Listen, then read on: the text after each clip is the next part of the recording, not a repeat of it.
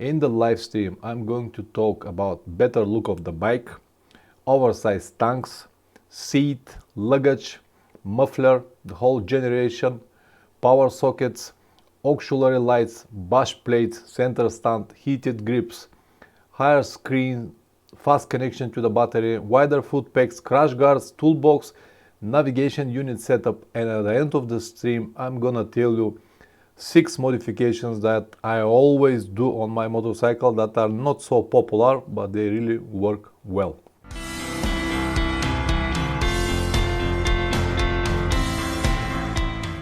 I came a little late today, and until I prepare everything a few minutes are gone, but anyway I'm gonna start after a few minutes. I have a really long list here to cover. I believe that it will be interesting for many, but you never know. Tenere traveler, greetings, Pavlin and all.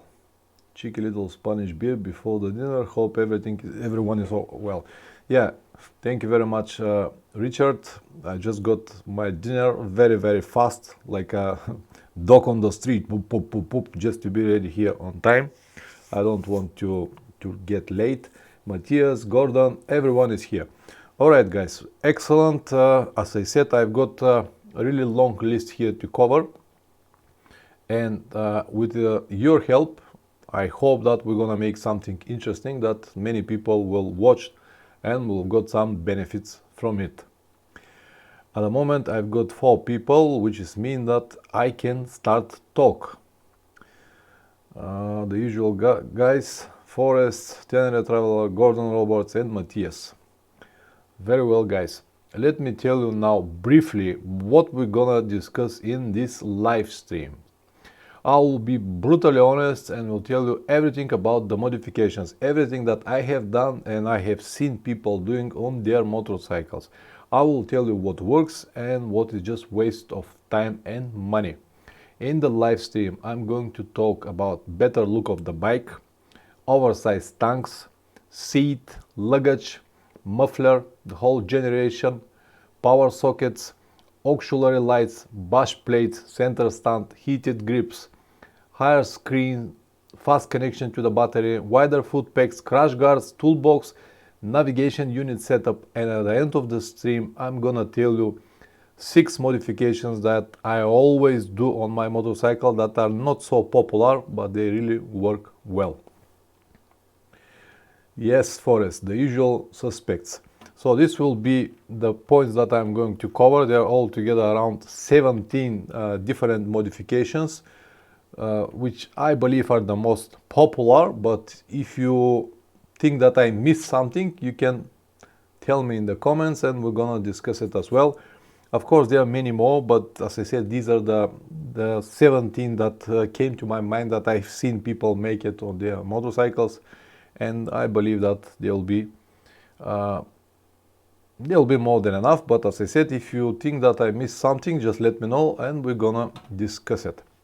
So let's start with the first point, which is better look of the bike, or how I have to say, many people want to have this adventure look of the bike, but this is very subjective because everyone likes different things. For example, I like slim and tall bikes and I don't like hard panniers, but many people like short and fat motorcycles with big hard panniers, and for them this is adventure look, or they look more adventurous this way. So the look of the bike is always subjective. What you like might be completely different from what the rest of the adventure riders likes. And as I said in some of the previous videos, adventure is just state of mind.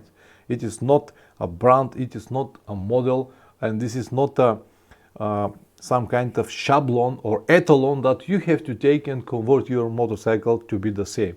So the idea is to tune or to polish your motorcycle to work exactly for you, with everything that is necessary for you, without listening to anyone.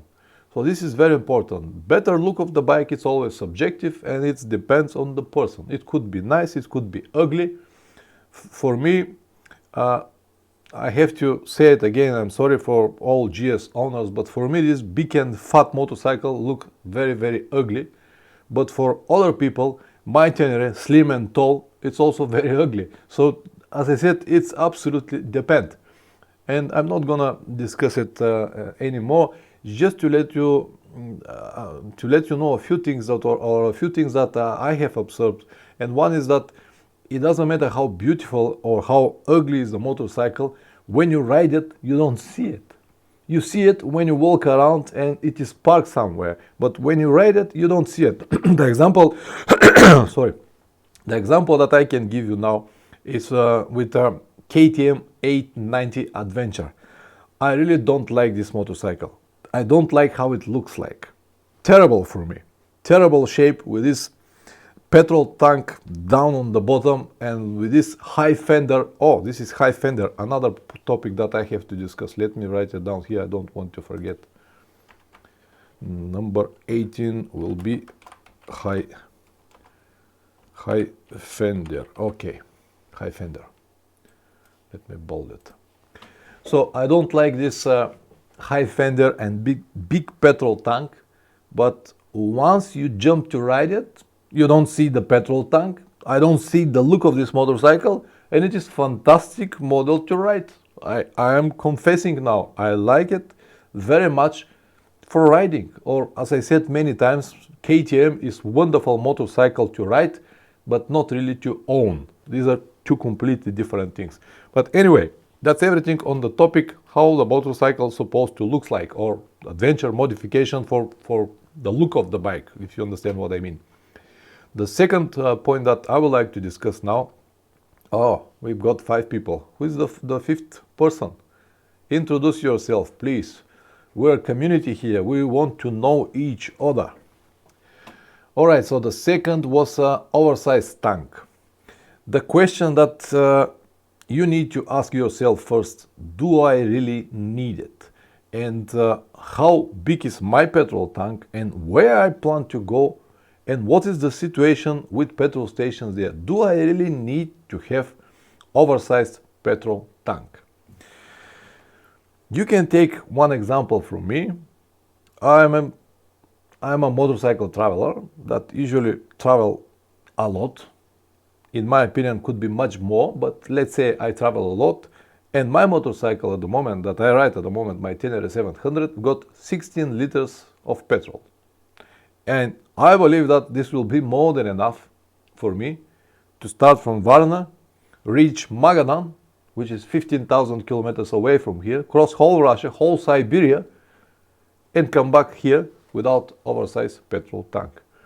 Because the longest distance that I have seen without petrol stations was once in Uzbekistan, 450 kilometers. It was once in India, 470 kilometers. And now on my way to Magadan, I was informed from the guys from Russia that the longest distance without petrol stations is around 480, maybe maximum 500 kilometers. And for these sections, there are not that many. Even if you try to find around the world places without petrol stations, it is going to be difficult. You actually have to make a specific routes to avoid all petrol stations to go these long distances. So because there are not that many on that sections, I can easily buy a petrol can for $10, fill it with petrol, if necessary 2 cans or one big petrol can with 10 liters, tighten it on the tail of my motorcycle, use it when I have to, and then throw it away. So I don't need to convert my motorcycle or to buy this extra additional big oversized tank just because I might need it somewhere. Another example that I can give you, yes, I'm gonna need extra petrol in deep Siberia, but in the rest of the roads in Russia, I can basically travel with only 5 liters. That close one next to another at the petrol stations in Russia. So for the last 500 kilometers, I'm gonna prepare myself with a petrol can, and that will be everything. I don't want to have this 20 or 25 or even worse 30 liters of petrol on my motorcycle all the time if I'm not going to use it. And I have heard people saying, Yeah, it's okay. I never fill my petrol until the top because it's going to be too heavy. But I would like to have this. Okay, fair enough. If you don't want to, or if you don't use this petrol, if you never fill your petrol until the top, why the hell you need such a big petrol tank? Yeah, it came with the bike. No, it's never come with the bike. If you buy GS 1250, they will give you options, just the normal with 20 liters or adventure with 30 liters. So if you pay for adventure, you'll pay, I don't know how much money more, but you'll pay extra money just for this big petrol tank, which will be heavy on the top of your motorcycle. So that's it, everything I would like to say about oversized tanks. If you really like how the motorcycle look with a big petrol tank, or if you are so lazy and you don't want to stop and fill your petrol every 200 or 300 kilometers, then go for it, but it is not necessary in any ways. Tenere Traveler, by not twisting the throttle hard, I can, the smaller tank, okay. Okay, you have 17 liters on your bike.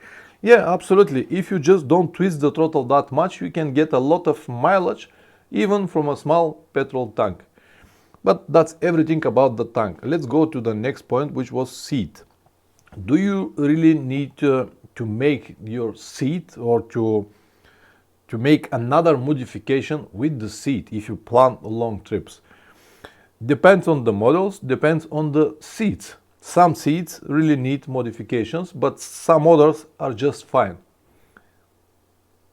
Oh, Bill, nice to see you. How are you doing, man? The last time when I saw you was in so far away in Australia. Nice to see you here. I hope that you will also bring some interesting topics, as you always do, and help the rest of the watchers of the stream. So the seat, the examples that I can give you now, my old Tenere 660 Tenere got terrible stock seat, just terrible. It has this curvy shape and it is so soft that when you start riding, after 20 minutes you have the impression that you sit on the frame, not on the seat. But my new Tenere, the stock seat is just fine. It's just fine. It's different. It's very thin, hard, but when you sit on it, it's just fine. I feel good on my seat, and the only modification that I have done on it is this 3D mesh that I've got on the top. That's everything, because this 3D mesh, it really works. I already told you in one of the previous streams. 3 in the morning. Oh, thank you very much for sacrificing your sleep because of us. I highly appreciate it, Bill, highly appreciate it. I'm really sorry, maybe I have to move this stream a little bit late, but it will be late for me. I don't know how it's gonna work for the future. We can make some changes. So don't, if you really need to make something with the seat, do it. But what I will advise, instead of trying to do it by yourself, to save money, to put some different foams on the seat, or buy any kind of gel pads or air hooks or whatever, just if you have money, just buy a good already made seat, something like Seat Concept or a Nanso seat, because they've got so many years of experience and they know how to make seats, and you will have a good product that you will enjoy it for many years. Don't try to do it by yourself, but first see, is it really necessary, because not everyone will tell you exactly the truth. Buy your motorcycle, start riding it, make some other changes, change your handlebar, change the position of your levers, change the positions of your gear shift, and you might find out that the seat is not bad at all. It was the position, your riding position, that actually was the worse than the seat. All right, next point that I would like to discuss is the luggage. The luggage again is very subjective, and here many people will swear that hard panniers are what you need if you want to go on a long adventure trips. We already discussed this topic many times. What I'm gonna say now is only don't listen people, and buy and have on your motorcycle only what you need. If this is hard panniers, use hard panniers.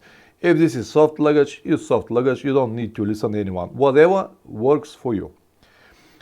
one advice from me, at least don't use top box. I know that many people love their top boxes, but just forget it when you travel. You can use it in the town when you need to travel between the cities, or when you commute with your motorcycle. That is fine, but on the long trips it's not really a good idea.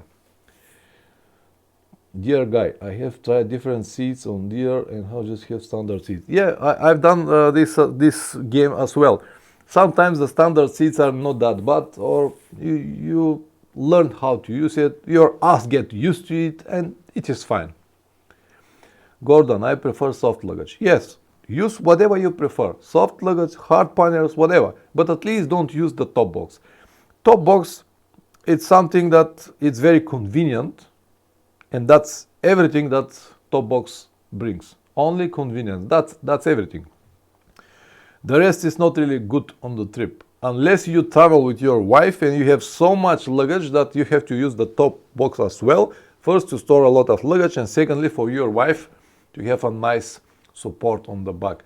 But first, it is difficult to sit on your motorcycle when you have top box. You have to lift your leg so far, so high, or you have to have your motorcycle on the side stand, stop on the peg and then go over it. But every time when you do this, you actually put a lot of pressure on your side stand and you might break it. I have seen this happen with a few of my friends a few times, just because the side stand is not designed to keep a motorcycle and you on the top. For example, my motorcycle is 200 kilograms and I am 100 kilograms, and which is mean that every time when I try to jump on the bike through the side stand, I will have, okay, we have a different angle, but at least 200 kilograms will press this side stand. And if it's not if it's not made so well, you might break it, and then you will realize how difficult it is to sit on the bike without the side stand.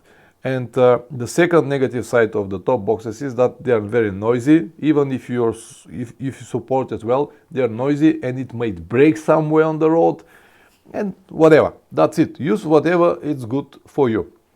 The next point that I would like to discuss from these adventure modifications or modifications on the bike that people usually do for traveling is the muffler, the exhaust, or only the muffler. Regarding to the trip or to the traveling or to the adventure that you plan, muffler is nothing more than style. Nothing more than style. If you travel with your stock exhaust or with a muffler from Akrapovic for 800 euros, the result will be the same. You will go, you'll see the places, you'll enjoy the places, you'll meet people, you'll see attractions, you'll ride here and there, but that's it. No difference. With the stock exhaust or with Akrapovic, it will be the same. What is not going to be the same is the price, because usually good mufflers cost money. So you will start from 200-300 euros for budget options, and then you can finish for 800 or 900 euros for Akrapovic, as I discussed. So this is nothing more than style, or maybe better sound, but again, the sound is subjective. I've seen many guys have these budget options of exhausts, very small, but very loud. And when you have this loud exhaust and you need to travel hundreds of thousands of kilometers, it is not good idea at all. It is not good idea if your friend have it as well. The friend who is going to ride in front of you for hundreds of thousands of kilometers. So it depends on you to spend money on this or not, to make this modification or not, but it will be the same if you travel without it, because the travel is what really matters, not what you have done on your motorcycle. And on the topic of the muffler, I'm not gonna say anything else. The next point that I'm gonna discuss is if you like to change the whole generation of the motorcycle. So this is more or less the same as the muffler, but here maybe you're gonna have some extra, like 3, 4 to maybe 8 horsepower if you change the whole generation of your motorcycle. If this is your goal, to have more horsepower on your motorcycle, then change everything. But if your goal is like my goal, just to see the world or to travel, to meet people or complete any different destinations, then for me the generation is just something that I am not interested. But if you, for example, want to have from your motorcycle the maximum power, the maximum torque, the maximum pleasure, the maximum fun, then you can do it. But this is definitely not a modification that is necessary for traveling. As I said, with the muffler, it's nothing more than style. Okay, this 5 or 8 horsepower that you're gonna get, they will come with very high price. If you plan to change the whole generation, we're talking about prices over 1,000 euros, over 1,000 euros. And then many more problems will come. Then you'll need probably a power commander, because once you remove your lambda sonda, when the maps are already different for your injection, so you will definitely need to make a little bit more changes. And all of this, it's a game with the reliability, or gamble with the reliability of your motorcycle. Even if you have very strong, simple and reliable machine, once you start playing with the generation, with lambda sonda, with power commanders, cutting cable, adding new things, you already compromise this reliability, and it might play you a really bad favor. Dear guy, I prefer standard exhaust. The constant drone from noisy exhaust gets annoying on the trip. Absolutely, I agree with you. I love my exhaust now on my Tenere, because it's it is just not noisy. I don't feel it at all, and people never complain for it. On the long trips, it's definitely not a good idea. But if, as I said, if you want to squeeze everything from your motorcycle, maximum power and torque and everything, then go on this direction. But make sure that you have at least 1,000, probably 1,500 euros to cover everything, to make it perfect. And as I said, this will be a gamble with reliability of the motorcycle, because when you have more power, it will bring more problems. Anyway, next on the list, power sockets, or 12 volts power sockets that usually people have on their motorcycles. Gordon Roberts will be adding a new air filter and better horn. Okay, air filter is another topic that I have to add here. Thank you very much, Gordon. Let me add it here as well. It will be number 19. Air filter. Okay, I'll talk about it as well after a few minutes. So let's go back to the power sockets. Thank you very much, Gordon. Power sockets. 12 volt plug sockets, or power sockets, that usually people got on the dashboard of their motorcycles to plug their GPSs, telephones, or whatever they have on the dashboard. To have one, in my opinion, it's more than enough. I'll tell you why. Because if you have a GPS unit, for example, GPS unit that you bought, TomTom, Garmin, whatever you have, I'll advise to make some kind of solid connection instead of using your 12 volt plug socket all the time.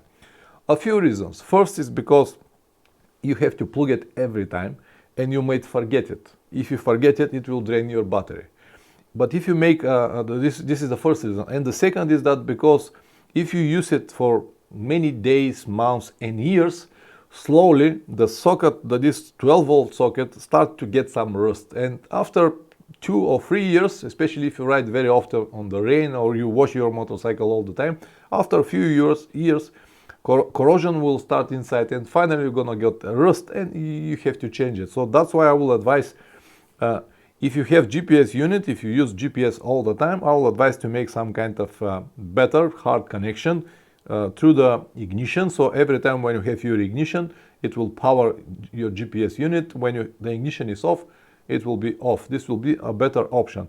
And when I said that the 12 volt socket will rust, I mean if you use it. If you don't use it, it has a rubber cover on the top, and it's all fine. But when you use it like this, and when it rains, it all goes in. If it's original, like if it's come stock with your motorcycle, at least it is already designed with a hole on the bottom, and every time when the water goes inside, it just drops through the bottom and go. But if it's an aftermarket plug socket, they don't have it. And if you have a heavy rain, it will be full to the top with water, and you have to drain it by yourself, and it is not easy at all. So this is just one extra information that I can give you now. So one is more than enough. A few days ago, I saw a friend of mine he bought a brand new motorcycle, beautiful motorcycle, Triumph Tiger 1200 Rally, the last model motorcycle for 25 or maybe more euros, I don't know. And he has one original stock plug socket, and he adds so many different things, another socket and so many cables and everything.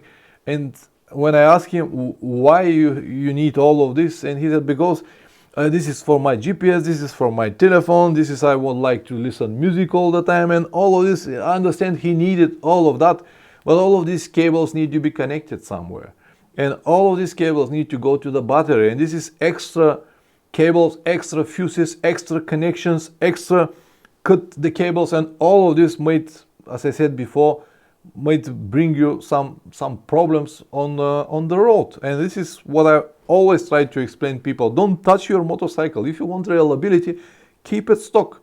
If you keep it stock, it will last much longer. Joko Rocker, I'm sorry, I've been late, been thinking. Okay, no problem, Joko Rocker, nice to see you again. Dear guy, I just fitted a quad lock waterproof USB. What a great unit. Yeah, you can make a lot of aftermarket units or plug sockets or just USB or whatever, but as I said, one plug socket is just more than enough. Usually all new motorcycles, especially if they are on the adventure market motorcycles, they always got at least one plug socket. If you have one plug socket, you can have additional small adapter to plug in, and then you can have USB connectors. For example, my Tenere 700 version 21 got one plug socket, 12 volts, but the new 23 comes with only USB exit without plug sockets. So for example, if you want to plug your air compressor, you cannot do it on this USB end. You have to have another one, or you have to connect it directly to the battery. And I always prefer to have just a normal socket and then have different adapters in for whatever I need. And go back to that how many you need. One is more than enough, and many motorcycles got two, but one is more than enough. Dear guy, it comes with three-way switch on off auto mode, allows all USB turn on the voltage up to the... Yeah, I understand. You can find many like this online. So about the power sockets, one is more than enough. More are possible problems, and avoid all of these connections. If you have one, keep it one. Connect your GPS unit directly to the ignition and leave this unit alone, just one. Over there you can charge your telephone if you need it, if you use telephone, but to have the telephone and GPS at the same time is some kind of pointless to me. Okay, if you expect some important calls, or if you want to be connected with your friends all the time to pick up all the telephones, okay, but it is not necessary to have it. But even though if you have your GPS unit connected and you have one 12-volt socket for your telephone, it's more than enough. I don't understand why people got more than this. So that's enough for power sockets. Let's move to the next point. Auxiliary lights. Yeah, I know. Some of you know my opinion on this topic, and some of you will be even upset what I'm gonna say here about the auxiliary lights, but I'm gonna say it anyway because this is what I believe and this is what I understand, and this is my way of understanding the things. Again, the question: do you really need them? And many will say, yeah, I write a lot during the night. I really need these auxiliary lights because they will give me extra 20 or 30% light, better visibility, I'll see better. Also during the days I will have this extra light so people will see me, and so on and so on and so on. I know all of these arguments. Some of them are valid, some not so, but the truth is that most of the people add these auxiliary lights on their motorcycles because they look cool or more adventurous, without even thinking about how good they are or how much light they provide or what light they provide, how they are focused, what they are pointed, and many more like this. They just mount it because they look good. They are, oh, wow, this is adventure motorcycle. When I have it during the day, all the cars move away, everyone see me. Before when I was riding without auxiliary lights, I have so many problems, so many cuts me. Now with the lights, no one. It's everyone give me a way or something like that. All of this is subjective. I don't really subscribe for this, but anyway, let me tell you a few things that I observed and I've seen with these auxiliary lights. And the first is that they spread the light on the side. But even if you need to travel during the night, if you're a commuter and if you start every morning at 4 o'clock in the morning and the first 2 or 3 hours of your rides are in the dark, and this might be the reason why you have auxiliary lights on your motorcycle, but they spread the lights on the side. It is true that when you turn on these auxiliary lights, it makes this poof, and you say, wow, it is so much better. I see everything now. You see everything now, but on the side of your motorcycle. If they go on the front, they are again like a fog, like this. If you notice, or you probably know that, but anyway, I'm gonna tell you. But when you have your motorcycle light, the standard light and the high beam, the standard is focused on the road, maybe 30-40 meters ahead of you, and then a little bit on the right. If you live in Australia, like Bill, it will be in front and then on the left. The front will show you the road, and the right side or the left side will show you the end of the road. If you have your high beams, they will be even more higher and will point probably around 60, 70, probably 100 meters ahead.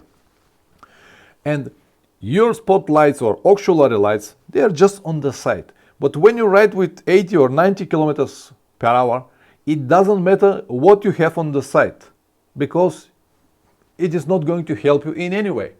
And I've heard people saying, yeah, but if an animal comes, for example, or kid or anything, kids are not going around during the night. Animals, I will agree. Dogs, or if you're in Australia, kangaroos. I'm going to tell you a funny story about the kangaroo after a while, but just let me finish.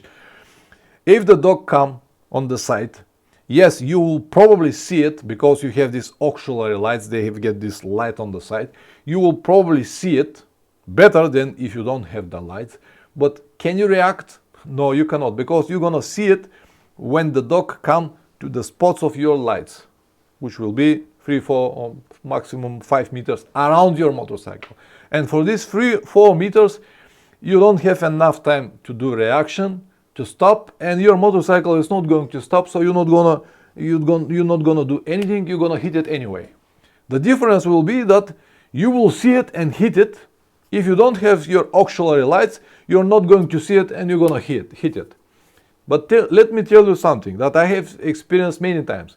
When you ride with 80 kilometers per hour in the dark, the lights depends of your motorcycle, how good is your light, but most of the new motorcycles got good light. But even if your light is not good and you ride with 80 kilometers per hour, you see not so well. But when you make it 60, you see much better. When you make it 50, even better. When you make it 40, you'll see everything. So when you need to ride in the dark, just do it slowly. You don't need to travel with 120 during the night, because whatever lights you've got, even if you make your motorcycle like a Christmas tree with 20 different auxiliary lights, you wouldn't be able to see everything, because it is just dark, and riding motorcycle is not like driving a car. It's different. You see different things. Your motorcycle moving, the light is moving. You have corners when the lights go to the different positions. Even if you have cornering lights, they cannot react so fast if you're fast. So every time when you have a problem with your light, you don't see well, you just chop the throttle a bit and everything is go well. I'm telling you, I have done this experiment so many times. With 80, not so good. With 60, everything is okay. With 80, not so good. With 60, everything is okay. Make this experiment by yourself and you'll see what I'm talking about. And a few more things to complete the topic of the auxiliary lights. First, they are not cheap. If you buy auxiliary lights for $10 or $20 from AliExpress, they will be garbage. They will have no focus at all. They will be like this. They will probably blind the opposite traffic, which is also very bad. And they will probably drain your battery, because most of the motorcycles depends on the models, but some models they've got this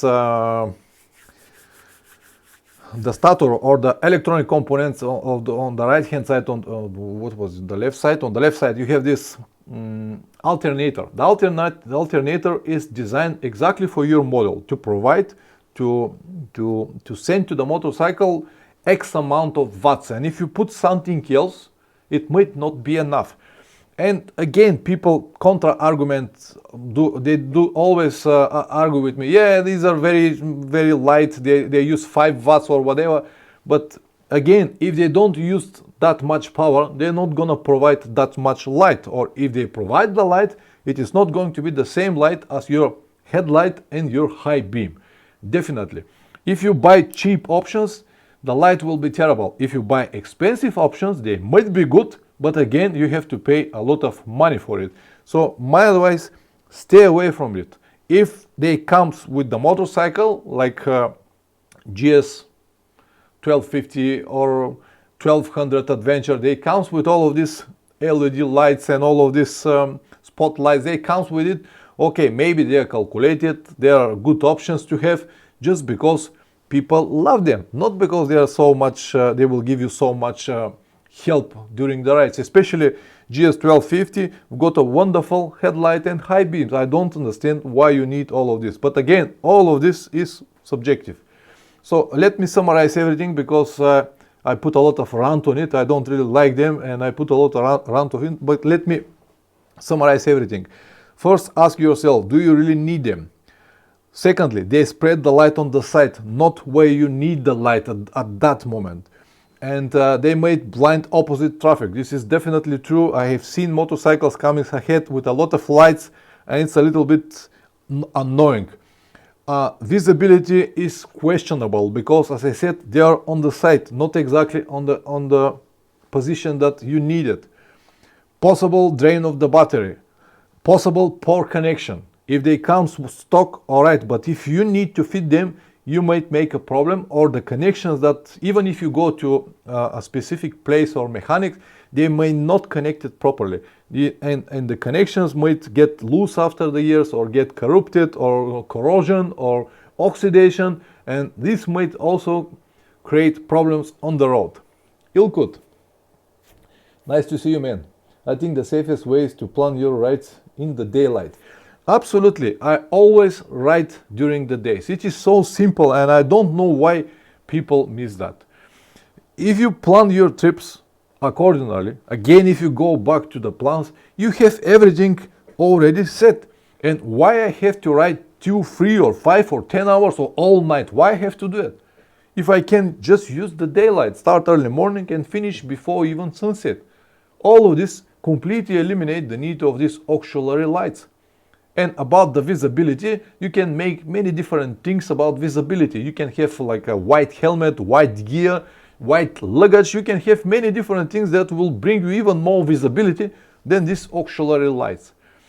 And yeah, it's very, very subjective, but everything you add additionally on your motorcycle will be possible loose connection or possible problems during the trips. End of the conversation for auxiliary lights. Let's go to the next one, which is bush plate. Bush plates for some motorcycles are absolutely must. One example that I can give you now straight away is Suzuki V-Strom, old model 650, even 1000, even the new models. Without the bush plates, they're just so easy to damage it, because the air filter stays just not the air, the oil filter stay on front part of the bike, and the engine is so low, the clearance is not that much, and the bottom part of the engine is just on about 10 or 15 centimeters from the ground, and it's very, very easy to damage it. So if you plan to use your V-Strom as an adventure motorcycle and going here and there on the dirt roads, it will definitely need a bush plate, otherwise you might destroy your engine. My Tenere, for example, the stock bush plate, it's more than enough for 95% of the situations. The reason I've got a different bush plate on mine is because, first of all, you never know. where you will go, and I know myself, and I know that here and there I'll try to go to the different places, and it was not that necessary, but I have it on my motorcycle. So it's really depends on you. If you need it, if you really like this, if you want to have a better protection on your engine, do it, but it is definitely not necessary. So if you ask yourself where I plan to ride, if you plan to ride only on the road, on the asphalt roads, whatever protections your motorcycle got, like a stock protection, it will be more than enough. You don't need anything else. But if you plan to have some dirt roads here and there, possible rocks, yes, it will be nice to change it. So the second reason to change my bush plate was because the original stock bush plate was with 2 millimeters aluminum, and the one that I've got now is 4 millimeters aluminum.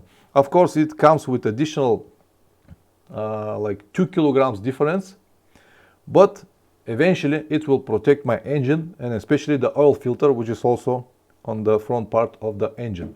So that's everything on the bush plates. If you like, if you need it, if you plan a lot of dirt roads and in rocky terrains or something like that, definitely change it.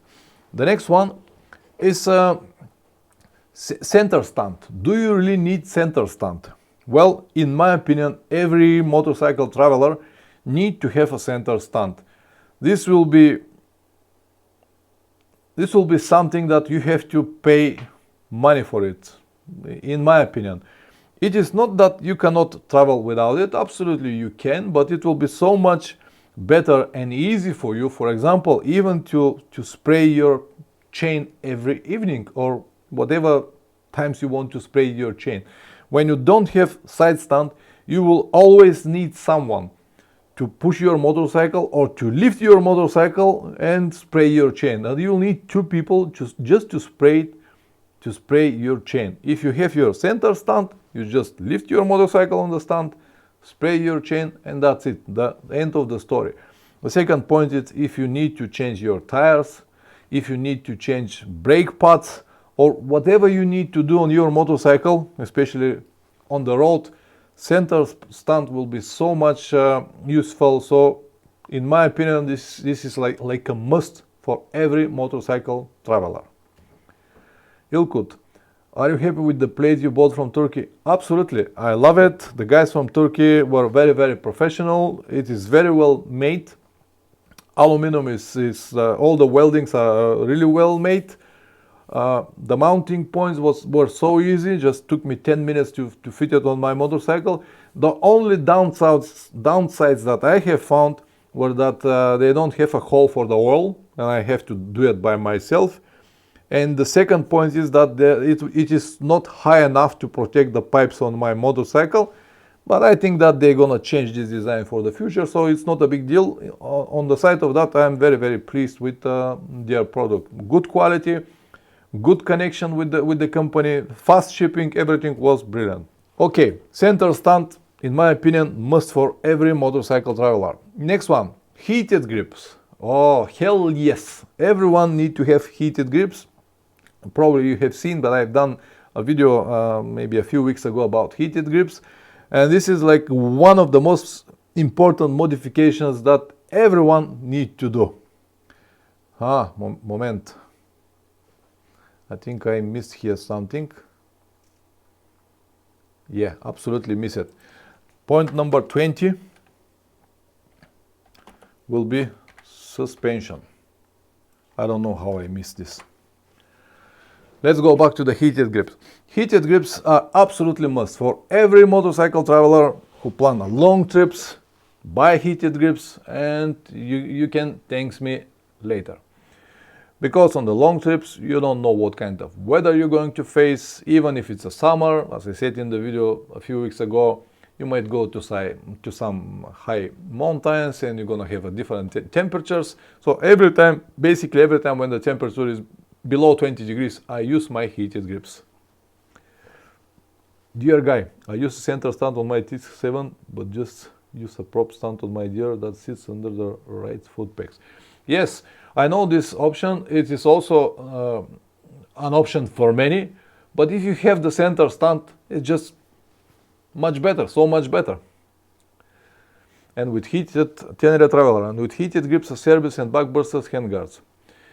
Yes, I have heated grips and a service handguards. Yes, or backbusters, whatever is good for you, because heated grips will heat your hands on the inside, and the handguards will stop the wind and the rain from that side, and in combination they work brilliant. And again, heated grips, in my opinion, it's again must-have modification that you have to do on your motorcycle. And lever protection, yes, handguards are not only for wind protection and rain protection, they are in for lever protection. Thank you very much, Richard. Okay, let's go to the next one. Higher windscreen. Is it necessary? Well, again, depends on the motorcycle, depends on the model. For some motorcycles, they are must, for some they are not. In my opinion, every motorcycle traveler needs to think at least about some kind of windscreen. It's not necessary to be so tall, but at least some kind of windscreen will help you a lot, because the windscreen will protect you not only from the wind, it will protect you also from the rain. And it is very noticeable when it's cold. And what is the ideal size? Again, depends on the person. For some people, for short guys, even the stock screens are more than enough. If you're a tall guy like me or even taller, then you will definitely need something different. But I also played this game with the windscreens. I bought tall screen, then I used the original, then tall again. I use different deflectors. They all work somehow, but they are never perfect. If you have a tall windscreen, maybe 10 centimeters taller than the stock, you'll feel much better. You're not gonna have this buffeting here in your peak on your helmet, but then you will have a lot in your shoulders. And then you can add a different deflectors on the side, and they will protect you as well. But then you're gonna have a different type of winds here and there, and in the end, what? You're gonna make like a big cage, all protectors from everywhere? You can't have everything. If you don't want any wind, if you want to be protected from everywhere, just drive your car. That's it. So how long or how tall the windscreen is supposed to be, it's not something that it is a must, but it is good to have at least some kind of windscreen. I will not recommend to travel on a long trip with naked bike, because all of this wind will be on your chest, and you will feel tired much sooner than with the person who has some kind of windscreen, even a small one. I personally, in the last few years, use only the stock screens. A few reasons. First, I already told you, because all of the rest of the screens, they work somehow, but not perfect. As I said, if I stop the wind here, it will go to my shoulders. If I stop it from the shoulders, it will go somewhere else.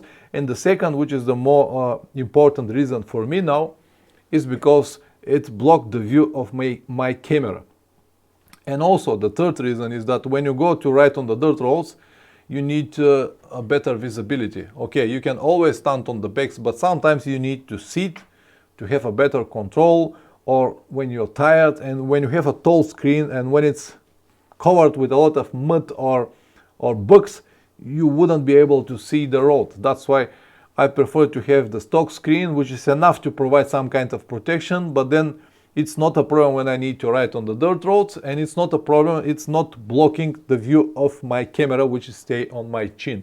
That's why I prefer the stock screens, but for you might be different. Gordon Roberts, I have Oxford heated grips. Good on you, you have a wonderful product. I hope you're gonna enjoy it for many years. So, that's enough for high windscreen. It is definitely not a must, but it's something that you have to think about it and adjust it regarding to your size and your needs. Number 13, just to let you know, all of these numbers that I've got, they are not on some kind of specific order. They're just randomly, I cannot say this word anyway, I just put it on the list now. And as you already saw, I forgot a few things I need to add it later, but it doesn't mean that because it's number 20, it's not important as the rest of the modifications. It's just 20 in the list the moment I put it in. We covered the high screen. Let's go now to fast connection to the battery. What does mean by this fast connection to the battery? to have plus and minus cables put somewhere on the side, so you don't need to remove your seat, or if your battery, for example, on many of the new motorcycles, the battery is under the petrol tank or under all of these plastics. One of the models that I remember now is BMW GS 800 Adventure. The petrol tank is under the seat, but the front part is covered with a lot of plastics, and the battery is under all of this plastic. So if you want to have access to this battery, it's a very complicated procedure. You have to unscrew a lot of bolts to open it to have access to your battery. So in these situations, it's a good idea to have a cables already rerouted from your battery somewhere on the side with fast connection, fast plugs, so you can plug it and charge your battery if you need it, or you can give power to your friends. So this is a good option to have. Again, depends on the battery, but even if your battery is under the seat, as my motorcycle at the moment, the battery is under the seat, it is easy to access it if I only remove the seat.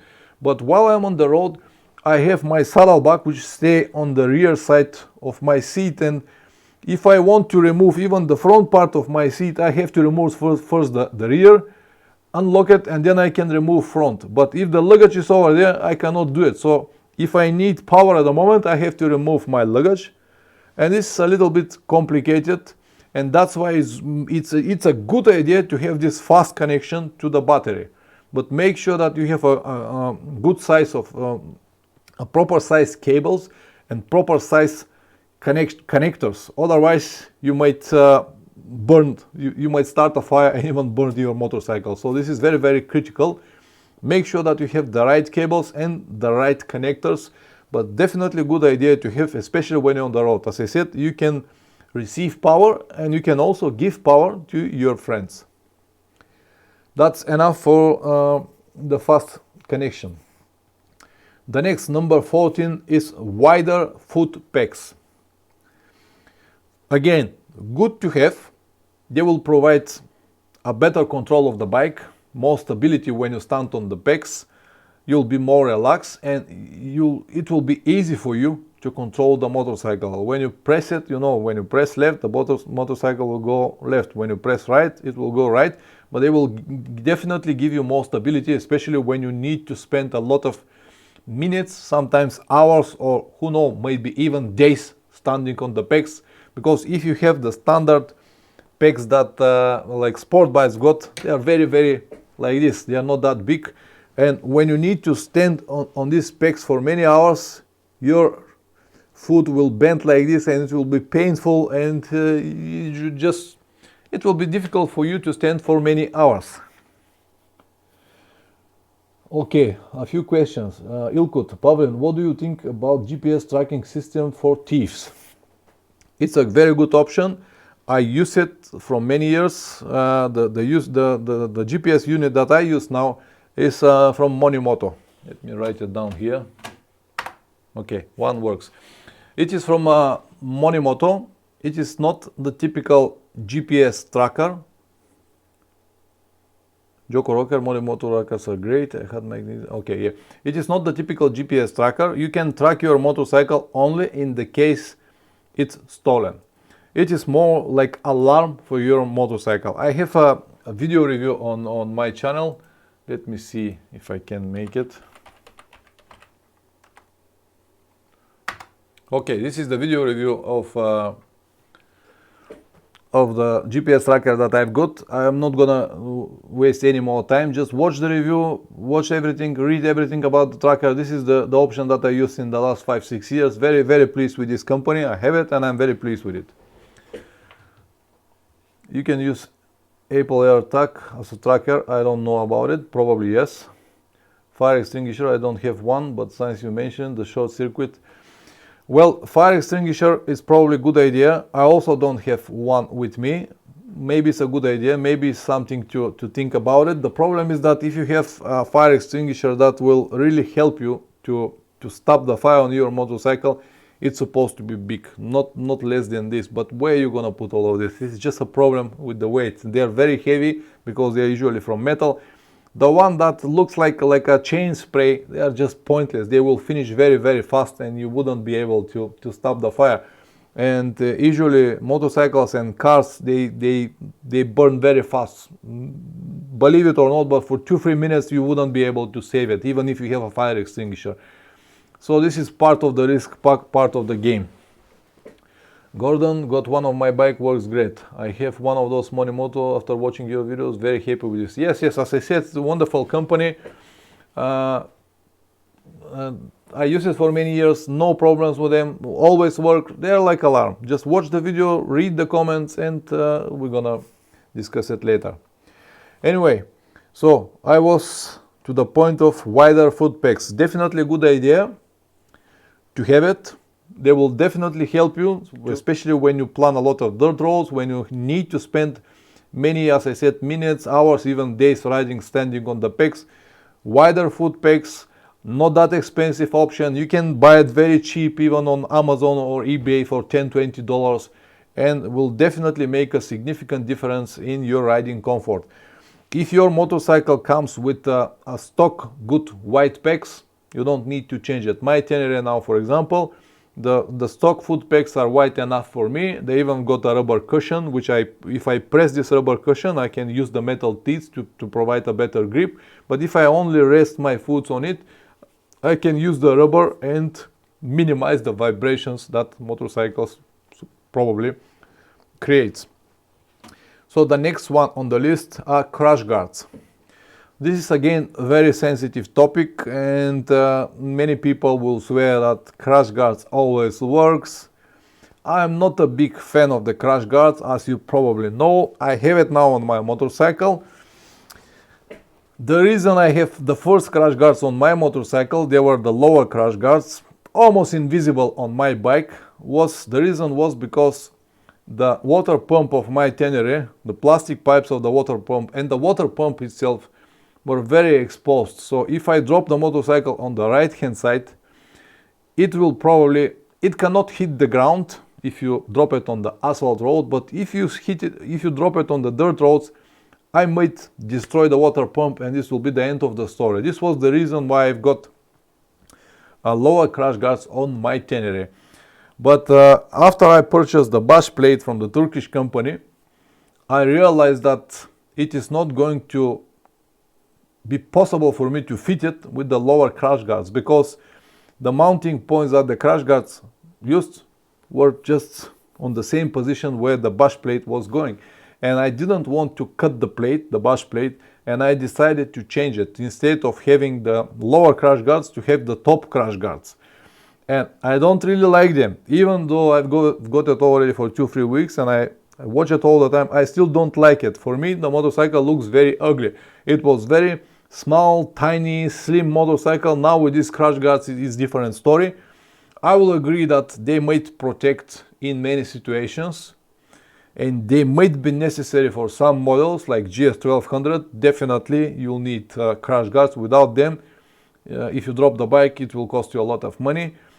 A few examples that I can give you is my old Tenere, because it has this white petrol tank and plastic covers on the both sides of the tanks.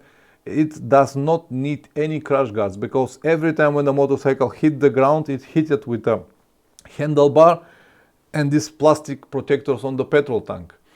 But on the new Tenere, without the crash guards, not 100% sure that it will hit the ground with the water pump, but it might, and this might be end of the story. That's why I have it, but at least I chose the one that are not that fat and not that heavy. They are like 5 kilograms. This is additional weight on the bike. But so crash guards are something that you really need to consider if your motorcycle is so exposed to the damages, but definitely not a must for long trips. And in my situation, as I said, I plan a lot of different type of trips. I might drop the bike many times, as I did it already many times.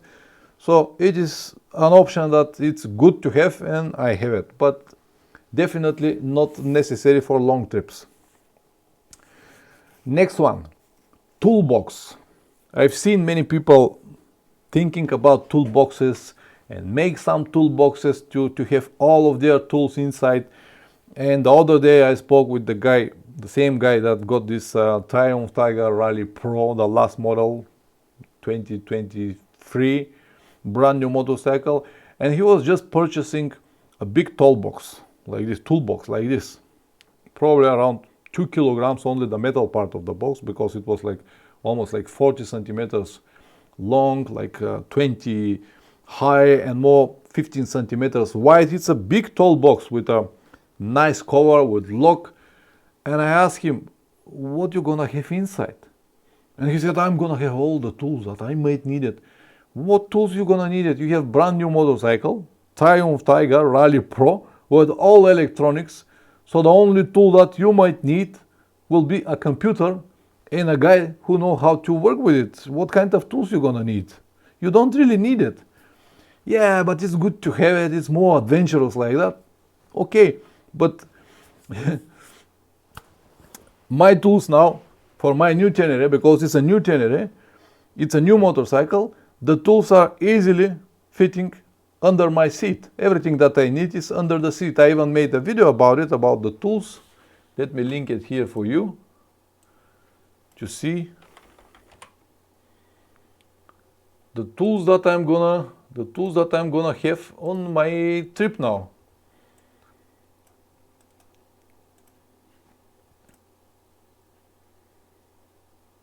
Okay. This is the video with the tools, and all the tools that I am gonna need are under my seat. That's it. On the side I've got only tire brake levers, which are hanging on the motorcycle. Watch the video and you'll see. So do you really need toolbox? I'm not sure about it. On my old Tenere I have made one aluminum toolbox, because under the seat on my old Tenere I cannot have anything. It's just that much the space, and I cannot fit anything, and I have to have it somewhere. And the reason I wanted to have this toolbox, or now I have the tools under my seats, is because I wanted the tools always to be on the bike. I can easily store it on the bottom of my saddlebag, and they will be there, and the center of mass, or the center of the center of gravity will be even lower, but they will be on the saddlebag. And sometimes even on the trips I drop the bag on the hotel and then go to ride somewhere, and if I have even a small problem, I need something very simple like range 10, and if I don't have it, I cannot continue. And also when I travel around my hometown, I never got a bag with me, and this was the reason why I want to have everything on my bike. But do you really need to have a toolbox, especially if you have new motorcycle? And the next point is that even if you have all the tools, do you know how to use it? I understand that if you don't know how to use it, someone might know and might help you if you have tools. You definitely need tools, but do you really need toolbox? It's another story. So make sure that you fully understand all of this before you purchase your next expensive adventurous toolbox. Next on the point is a navigation unit setup.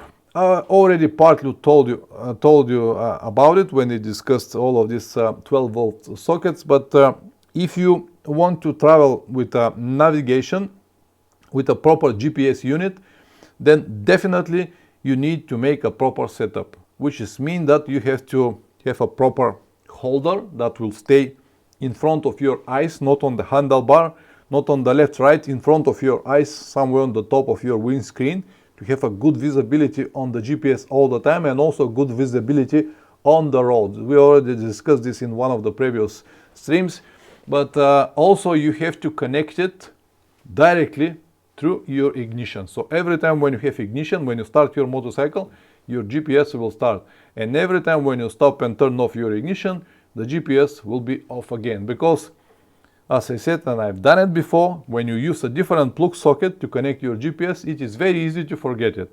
If you forget it for an hour or two, it is not a big deal, but if you forget it for the whole night, early morning, you might be with flat battery. This happens also with friends of mine. So make sure that if you have a proper GPS unit, it is connected properly through your ignition to the whole system. If it's need, bring it to a local garage or people who know what they do, so you will avoid any kind of possible circuits or problems in the future. Gordon Roberts, I carry only the tools need and puncher kit. Good. And dear guy, I have an 80mm PVC tube. My dear, I have a lot of roll tubes. Yeah, I know. Many people have done this simple modification with this PVC tube. It also works very well to have everything inside. But yeah, also, especially if you have old motorcycles, you'll need more spare parts and more tools. But with the new bikes, it's a little bit different. And that's why I said it really depends on the model. But definitely keep the tools on the motorcycle. It could be PVC pipe or metal toolbox, or buy toolbox if you need it, but just think a little bit in advance what you really need, and do you really need to buy all of this. All right, navigation setup, all is set what I planned, I said it. Then we're going to number 18, which is high fender. This is again very controversial, and many people will swear that they will need definitely high fender because they will go to an adventure trip and they will ride in a lot of mud, and if you don't have a high fender, your front wheel will jam and you will stuck on the mud, and many more like this. I've heard many more like this. And I always ask these guys, how many times you have been with this heavy adventure motorcycle during your trips in such a muddy conditions that your front fender jammed? And usually they say, yeah, it happens once, or it might happen, so it's just to prevent it. First of all, I don't think that it's a good idea when you're on the trip somewhere far away from your hometown or from your home place to go with this heavy motorcycle in the deep mud. It is not a good idea. If you want to go into the mud, go and ride a proper dirt bike. These heavy elephants that we are riding, that we are used to traveling, they are not designed for this. And if it happens by some kind of accident that you enter this situation and you finish with a jam front fender, it is so much easy to unscrew 2, 3 or 4 bolts and just remove your fender, tighten it with the straps on the tail of your motorcycle, go through this mud, and then clean it and put it again. It's so much easy. And I don't see any reason or any benefits to have a high fender on my motorcycle. First of all, in 99% of the models, it looks absolutely ugly, ridiculous, I will say. Especially when the motorcycle is not designed with this in mind. I've seen it on my old Tenere. I even done it on my old Tenere. This was one of the first modifications that I have done on my old Tenere. It's not because I like it, it's because it was necessary, because I changed my front forks with upside down forks, and the protectors of the upside down forks were on the bottom part of the forks, like the motocross bikes, and the high fender was the only possible option to have a fender on my motorcycle. Otherwise I should ride the motorcycle without any fender, because this was the forks that I used were from Yamaha YZ450, and this Yamaha YZ450 was designed with high fender because it's a motocross motorcycle. And I attached this high fender, and in one of the first days I realized how terrible it is. First of all the water that goes from the tire goes directly into my engine and into my legs. And what was the worst on my old Tenere, the voltage regulator was mounted on the bottom part of the engine, and when the water goes like this, it goes directly to this relay regulator, and it's actually sprayed with water all the time. And the second negative point that I felt from this high fender was the wind. When you have a side wind, it became like a sail. It's moved my motorcycle like this all the time. It is terrible feeling, especially if you ride over 100 kilometers per hour. When you ride slow, it's fine, but when you ride over 100, maybe 120, and you have side wind with this high fender, it's terrible. I told you, it is ugly, it is terrible, and it is not necessary. So if you decided to have this adventurous looks because of the high fender, think again. You can Google it now. Go and see KTM 990 high fender. Here, see how it looks like, and then see how it looks like stock. Then you can go Tenere 660 or Tenere 700 high fender. They all look terrible. I don't know what their owners are thinking about it when they make these modifications. First, it is not necessary. Second, it's ugly. Third, it's dangerous, and many more. So that's everything about high fender. If you whatever, I will finish it here. Dear guy, I have a high fender because the bike came with a high fender. Big bonus is a fun fender bug. Bonus is a run a fender bug that I carry 2 tubes front of the rear. When the bike comes stock with the high fender, it's different story. It's designed this way. It's designed this way. DR650 comes with high fender. It's designed this way. It will probably look ugly if you put a low fender. But when the motorcycle not comes with this, it's different story. Let me continue. I told you that on my Tenere I have this high fender, and when I realized how difficult it is, or how wrong it is, or how bad it is for me, I changed it. But I did not have any options, because I told you I used the forks from the YZ. So what I've done is I took a low fender from KTM 990, and I need to make a lot of modifications and a few additional holders brackets to mount it on my front. And when I mounted the first time when I rode the motorcycle, it was such a relief. I should have done it earlier. And since I've done these low fender modifications, I've been to so many places around the world with all of this, and I never needed even to remove a mud from it, because with a heavy motorcycle it's not a good idea to go and ride in such a muddy conditions. And if it happens for any kind of situations, you can easily remove it, clean it, and continue. Joko Rocker. So what you're saying, Pavling, is you don't like them. Absolutely, I don't like high fenders. They look terrible. KTM 890, if you look at it from the side, terrible. Very ugly motorcycle. Wonderful to ride, maybe great option for many, beautiful suspension, great on and off-road, no doubts about it. But when you see it on the side, terrible. Terrible. So I don't like high fenders. That's it, end of the story. Next one, number 19, air filter. Do you really need to change your filter, your air filter with some kind of aftermarket solutions like K&N or different air filters that are usually made from specific foam that you can wash, clean, lube, and use again? Well, the reality is that the stock air filter, which are made from paper, actually protects more, and the small pieces of sound or dust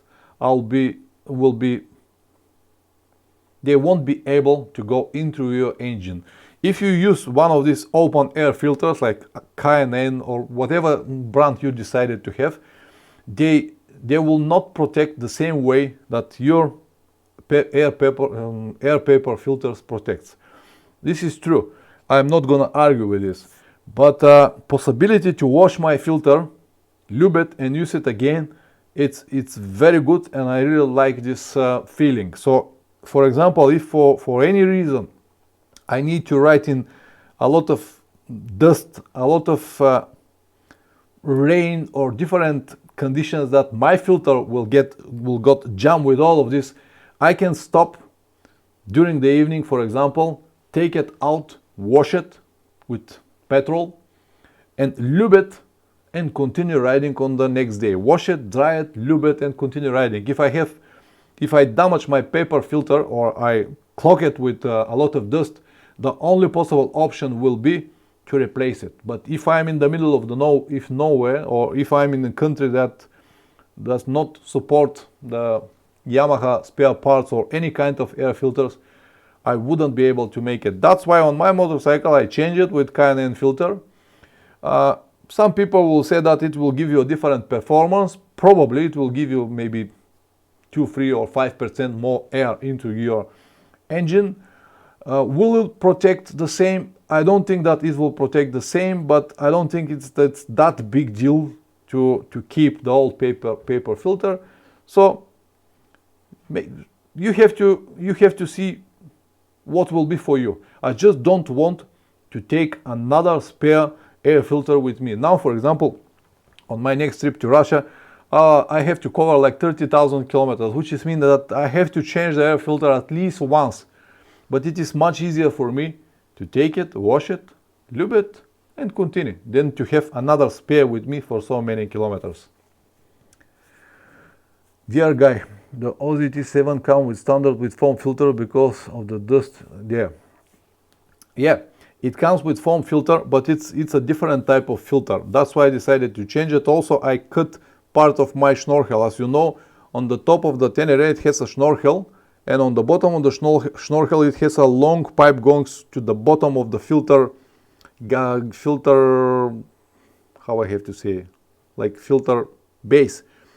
And I cut this part here to the top to let more air to go into the engine. Anyway, I should make pictures and show it somewhere. Foam filter is big advantage, that is easy to carry and spare, they pack down small. Yeah, absolutely. I agree with this. Alright, this was about the air filter. And the last, number 20, is suspension. Do you really need to make anything on your suspension? Again, this is very controversial topic. Many will say that it is absolutely must. Many will say that it is not necessary. And I will tell you something in between. If you're 70-80 kilograms, small guy, light guy, you don't need to do anything. If you're a heavy guy like me, 100 kilograms, it is a good idea to do something with your suspension. You cut your snorkel also. Okay, good. I noticed that if you don't cut the snorkel, only the bottom part of the filter get dirty, which is mean that only from there the air goes into the engine. When I cut it, now it sucks more air and probably will work better, but anyway, I cannot confirm with 100%. So let's go back to the, if you're light guy, 70-80 kilograms, your stock suspension will be fine. But if you're like me, I'm 105 kilograms without any clothes. When I have my riding gear, these are additional at least 5-6 kilograms, which is mean already 110 kilograms. So the stock suspension is not really good for me. But if you're a heavy guy, but you plan to ride only on the road, then I don't think that the suspension modification is something that you really need to do.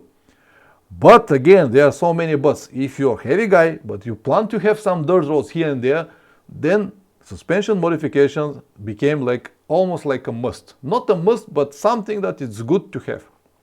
In my situation, I have this Tenere 700. It has normal suspension, upside down suspension, 43 millimeters, designed for people 70-80 kilograms. If I ride it only on the road, it is fine. I've done 25,000 kilometers on it before I decided to change the springs. But I wanted to see how it is on the road with the standard suspensions and standard springs. It was fine in 90% of the situations. That's why I said this Tenere in its stock condition will be in 95% of the cases, for 95% of the people, just fine. What I didn't like is that because I'm a heavy guy, when I sit on it, I compress the suspension a lot, which is mean that the first 20% of the suspension, which is the softer part of the suspension, I compress it when I sit on it. And what is left on the suspension is only the hard part of the spring, or when the spring is already compressed, it became more harder. And basically I was losing the soft riding of my motorcycle. When I was riding on not so flat roads, like more bumpy roads, I was feeling all the bumps in my hands. And I usually, when I riding on roads like this, I usually stand on the pegs because it is just so much easier. But now when I have a different suspension, which is with a springs designed for my weight, everything changed. Everything completely changed. Let me drop you a video here about the suspension. Okay.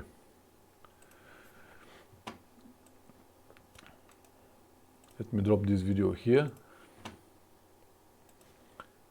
to watch it if you're interested from this topic. So if you're a heavy guy, modification on the suspension will be probably something that you have to consider about. And when I've done it, I'm so much happy now, and it's like a brand new bike. Everything, the whole performance of the bike changed. Everything is different now. I love it now. The place I live now, every day I have to cross a big section with a very bad road, and now I do it with pleasure. I can go with 70-80 kilometers per hour on all of these bumps because I've got a better suspension now.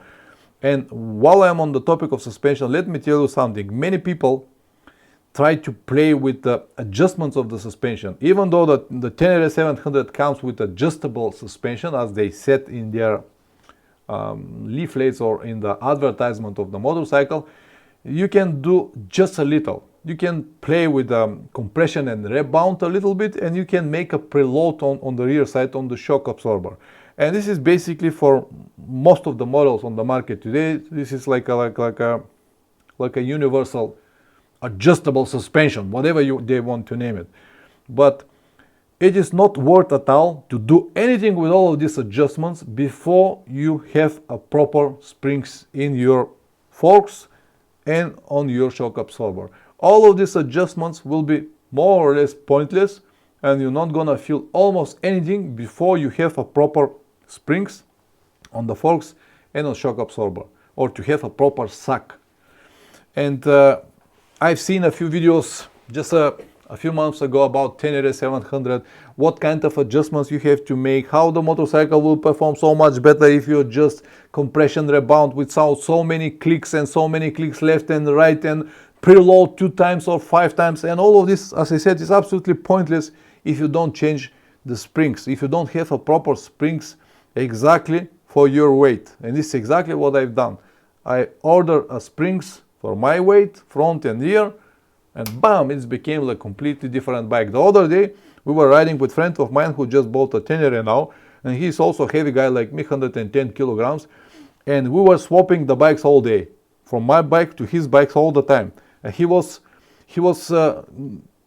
wondering what is the feeling. So we are riding together on the asphalt roads, and we change the bikes, and then we go to the dirt roads and we change the bikes again. And honestly, guys, I already forgot how different was the Tenere without the springs.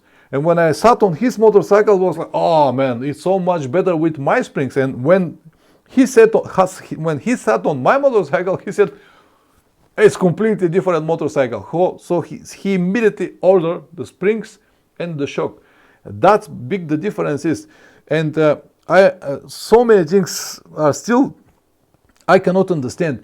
People are spending so much money for mufflers, for whole generation, for so many different useless, pointless adventure modifications, but they don't do anything with the suspension. Suspension is what gives you confidence, safety, because when you're tired, the tires are what keeps you straight on the road. And when you don't have a proper absorptions of the bumps and all of the denivelations and all of this, whatever, just spend the money for suspension if you need it. If you're a light guy, for example, my mechanic plumber, he's 80 kilograms and he has the Tenere with the stock suspension, and for him it's fine. And he rides it everywhere. But he's maybe the best enduro rider in the country. He knows how to control the motorcycle in any situation. And secondly, he's 80 kilograms and he's a tall guy. So for him, this suspension, this motorcycle is fine. But even though when he tested my Tenere with the new springs, he said, "Pooh, so much better." So if you really need to spend money for something, spend it for suspension, not for exhaust. Because suspension will give you all the benefits, the exhaust will give you only style. White guy. Even adding some accessories, the bike needs heavier springs and add the extra 15 kilograms with basic small like crash bars. Absolutely, absolutely. Don't forget, very good, thank you very much, Bill, to adding all of this. Also think about all of the luggage that you're gonna put on the motorcycle. If you're already a heavy guy and you have a lot of luggage on it, and if you have a passenger, even worse, so maybe it's a good idea to think about suspension in advance. Yeah, absolutely. 75 kilograms rider became 90 kilogram rider. Absolutely correct. So these guys were the 20 modifications that I discussed in this stream. And now I will plan to give you 5 more, which I always do on all of my motorcycles. And I think that they are not so popular, but they can bring you a lot of benefits. And after I finish with these 5, I will give you time for questions if you have one. So the first that I really like, the first modification that I really like, I've done it on my old Tenere, I've done it now on I don't need to do it now on this Tenere because it was already done.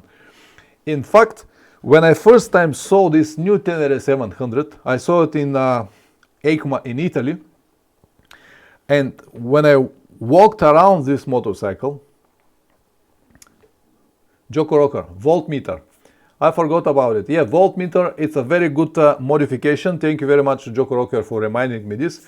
It's a very good modification, usually costs nothing. It's like 10, maximum $20, $30 maximum, even if you choose some kind of fancy model. They're easy to install on your motorcycle, and you can monitoring your motorcycle all the time. Your motorcycle battery, for example, or electric system. In common electric system, what I will suggest, instead of using the voltmeter, plug it in your 12 volt socket, make it directly to some of your high beams or any kind of different connection through the ignition again, so you don't need to worry about it. Every time when you start the engine, it will work. Every time when you turn off the engine, it will stop. So voltmeter is definitely something that might help you to prevent flat battery, or to fix it on time if you have a problem with voltage regulator. Voltmeter, excellent. Thank you very much, Joko Rocker. So let's go back to the Tenere. When I first time saw the Tenere 700 in Italy on EICMA, I walked around, I saw all the modifications that they have on this motorcycle, because it's supposed to be a new model, adventure model and stuff like that, and I realized that all the modifications that I have done on my old Tenere, just to improve it or to tune it or to make it work for me on my trips, were already done on the new Tenere. And they just got me. It was like a copy paste from my Tenere. I've got the impression that some guys from Yamaha came, check everything that I have done and done it on the new Tenere. And I was so happy to see all of this. Even though it was also only the prototype, I realized that it is very, very good option. And let me tell you, first was foldable brake pedal. On my old Tenere, the first thing that I damaged when I dropped the bike the first time was the brake pedal, because the original stock brake pedal was very wide, and when you hit the ground, you just bend it. It was made from not so thick metal part, and it's bent like this. And I tried to straighten it, and then I bent it again, and I decided, okay, I need something else. And I couldn't find aftermarket option with foldable brake pedal, so I need to cut my pedal and use another one front part from, I think was Suzuki DR, but I'm not sure, and I weld them together to make foldable brake pedal. And on the new Tenere, they already got it. Excellent. And now I saw some guys on internet talking about the foldable brake pedal of the new Tenere, that it is not good design, and because the brake travel, it's a little bit more than usual, they change it with one from Camel, I think Australian company that provides different brake pedal, which is already not a foldable. And I will never do it, just because I like a foldable brake pedal. If you drop your motorcycle, it folds and it's not going to be bended, and it's a big bonus for me, and I always prefer to have it. Luckily, I have it on the new Tenere, but if you don't have it, think about it. The next on the list, number 2, is a disc lock holder. If you have a disc lock that you use to lock your motorcycle when you walk around, and I highly recommend to have a disc lock to lock your motorcycle if you want to protect it, you have to keep it somewhere. If you have it on your tank bag, it's too heavy. If you have it in your saddleback or anyway, you have to have it somewhere. But if you don't have the box with you, that means you don't have the disc lock with you. If you put it on your pocket, it is just too heavy to be held in the pocket, and that's why I have this small holder. It's more like a bracket with letter L shape, on which I used to hold my disc lock on the bike all the time. And it happens very, very often. Someone asked me, what is this there? I said, this is my disc lock. And why you keep it there? I said, and to keep it where? In your bag. And if I'm not with the bag, how I'm gonna lock my motorcycle? So disc lock holder is definitely zero investment. You can do it even by yourself, by just design this metal bracket with one hole on it. You put the disc holder and lock it. So the disc lock is on the bike, on the holder, or on the front wheel. No more positions, no more locations. The next one, number 3, is possibility to have a cable lock. This is not like modification. This is more like something that you can make in advance to buy a simple cable lock. Usually, I keep it on the rear side of my motorcycle, around the handles on the motorcycle. I have cable lock which is 1.5 meters long, and I use it to lock my helmet when I walk around. I can lock even a few helmets or even my jacket if I put the cable lock through my sleeve. So this is something that costs nothing but will bring you a lot of benefits. So every time when I walk around seeing attractions or seeing towns or cities, I just lock my helmet there. I don't need to carry the helmet with me. It's as I said, costs nothing and worth so much. The next, number 4, I always cut the levers of my motorcycle. The levers, the clutch and the brake lever. You know, levers are big, and at the end they have a big aluminum ball. I usually cut these ends from both sides. I cut it on my old Tenere, I cut it on my new Tenere as well. Even that it's new, I just cut it. Because these ends, I don't need them for anything. If I cut them, first reason to cut them is because I will eliminate possibility to break them. Even if you have a hand guards, sometimes when you drop the bike, the hand guards might move, and when they move, you might damage, you might break your clutch and brake levers. But when I cut the end, they physically cannot touch the ground because they are just too short. This was the first reason. I cannot break it. And the second is because when they are short, first I can operate them easy with 2 fingers, which is mean that if I have to ride on some road terrains, I can still hold the motorcycle or the handlebar with these 2 fingers here like this, and use these 2 to control the motorcycle. If I have to do a lot of clutching, some slippery situations or whatever I want to use, I can use just this and still hold the motorcycle instead of making all of this. It's just, I cannot explain it better now, but everyone who rides motorcycles know what it is to operate with just 2 fingers, your clutch and the brake. So I always cut my levers, and this is a modification that costs nothing, 0, but again gives a lot of benefits. And of course, even though I cut them, I still got spares with me, a spare clutch and brake levers with me always on long trips. And the next one, number 5, is a spare clutch cable. I know that many of you have seen me. I always got a spare clutch cable on my motorcycle. It is already rerouted from the clutch lever under the tank to the small lever that is on the engine. It is there, tightened with zip ties, so if I cut my cable during my trip, I can easily connect it here and there and continue for just 10 minutes.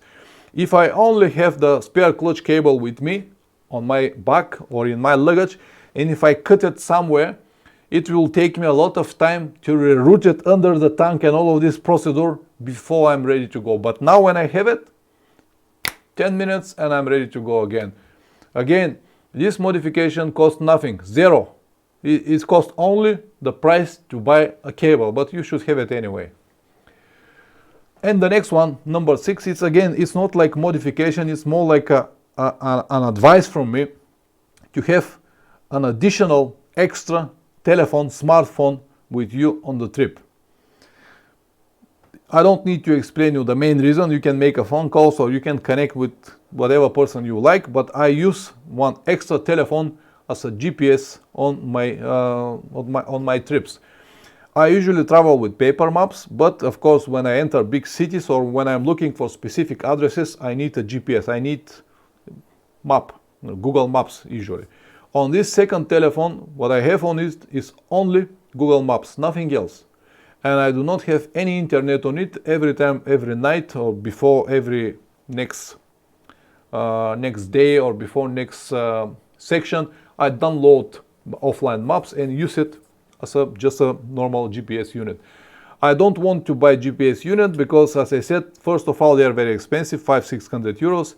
And secondly, I don't use them all the time. As I told you, I use it only when I need a specific addresses. And the third is that I've seen many GPS units, but I do believe that Google Maps provides more information, works much better, and it's easier to use than a simple GPS unit. One of the reasons is because on the GPS units, you need to know how exactly the names of the towns or specific attractions that you're looking for are written. Otherwise, if you type it with different words or different letters, it will not show at all. On Google Maps, it will suggest what it could be or something like this, and I do believe that Google Maps works better than GPS unit.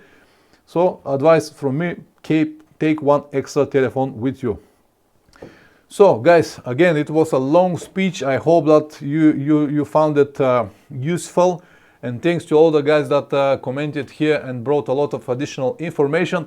And now, of course, it's time for questions. If you have any question to the topic of modifications, please say it on the comments. If you have any additional questions to any kind of topic, again, you can ask me now or remain silent forever. Sounds like a wedding day.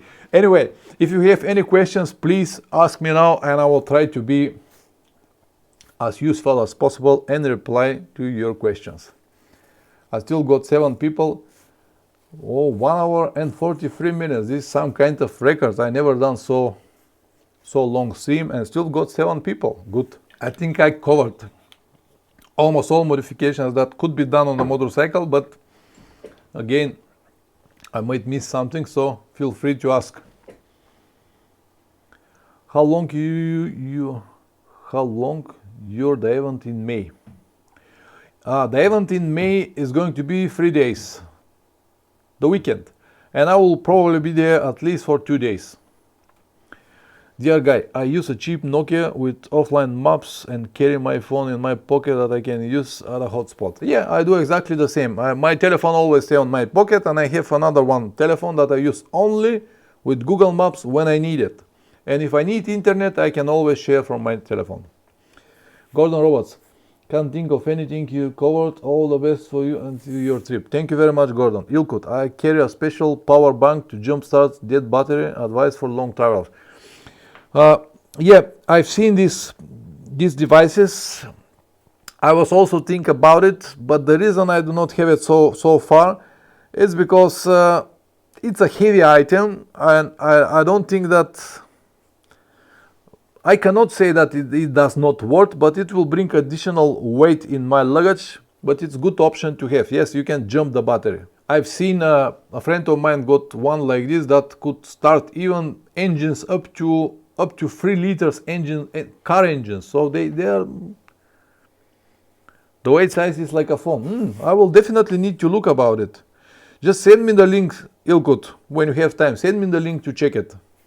It's a good option to have, definitely. Also, you can use it as a power bank to charge your telephones or whatever you need to do. All right, I'll give you 5 more minutes, and if you don't have any questions, I'll end the stream. Thank you very much, guys, for all of you. Spent almost 2 hours here commenting, listening, June and August. I will definitely not be here. I will start from Varna probably around 20th of June. If you come before that, definitely meet you, but after that I won't be here. But anyway, have a great trip. Enjoy Eastern Europe. It's very interesting part of the world, and it is destination that everyone needs to see. It will bring you a lot of good moments and a lot of strange moments and bizarre moments and some not so good moments, but you will definitely remember it. So it's a good destination for everyone.